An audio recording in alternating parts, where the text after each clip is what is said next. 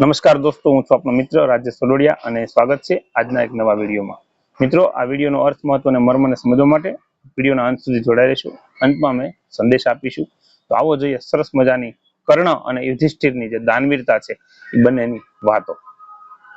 મહાભારતમાં કર્ણ અને યુધિષ્ઠિર બંનેને દાનવીર તરીકે ઓળખવામાં આવે છે, પરંતુ કર્ણને ઘણીવાર યુધિષ્ઠિર કરતા પણ શ્રેષ્ઠ દાનવીર તરીકે પૂજવામાં આવે છે અને તેના ઘણા બધા કારણો છે। આવો આપણે જાણીએ કયા કયા કારણો છે અને દાન પાછળ જે હેતુ છે એની ભાવના શું છે। કર્ણની વાત કરીએ। કર્ણનું દાન એ તેની નિસ્વાર્થ ભાવના અને દયાળુ સ્વભાવમાંથી ઉદ્ભવ્યું હતું।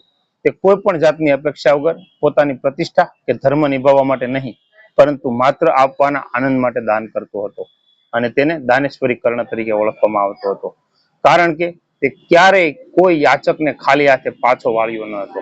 ભલે ને પછી તેની પાસે ઓછું હોય કે ન હોય, તેણે પોતાના જન્મથી જ પ્રાપ્ત થયેલા કવચ અને કુંડળ પણ ઇન્દ્રદેવને દાનમાં આપી દીધેલાના ઇતિહાસ બોલે છે।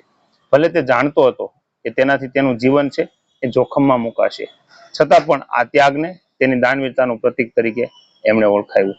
યુધિષ્ઠિરને રાજા ધર્મરાજ તરીકે ઓળખવામાં આવે છે અને તે ધર્મનું પાલન કરવા માટે દાન કરતા હતા।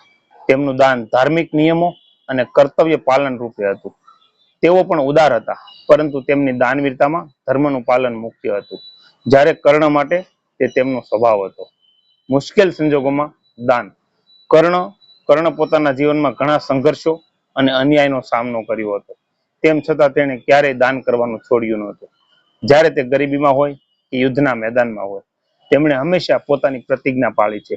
ઇન્દ્ર દ્વારા જ્યારે તેમના કવચ અને કુંડળની માંગણી કરવામાં આવી, ત્યારે તે જાણતા હતા કે આ તેની સુરક્ષા છે, છતાં પણ તેણે એક પણ ક્ષણનો વિચાર કર્યા વગર એ ઇન્દ્રને આપી દીધા હતા।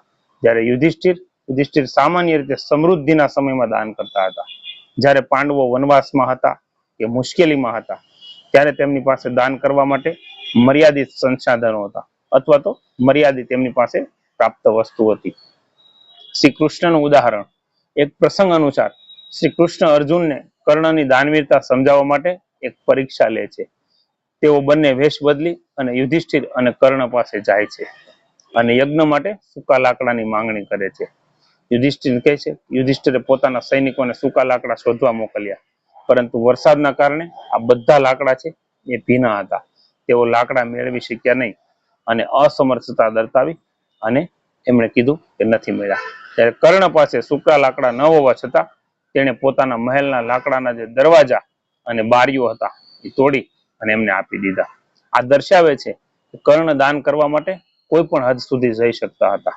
આમ કર્ણની દાનવીરતા, તેની નિસ્વાર્થતા, ત્યાગની ભાવના અને મુશ્કેલ પરિસ્થિતિઓમાં પણ દાન કરવાની દૃઢતાને કારણે યુધિષ્ઠિર કરતા વધુ પૂજનીય, મહાન, વંદનીય અને પ્રખ્યાત બની ગયા હતા।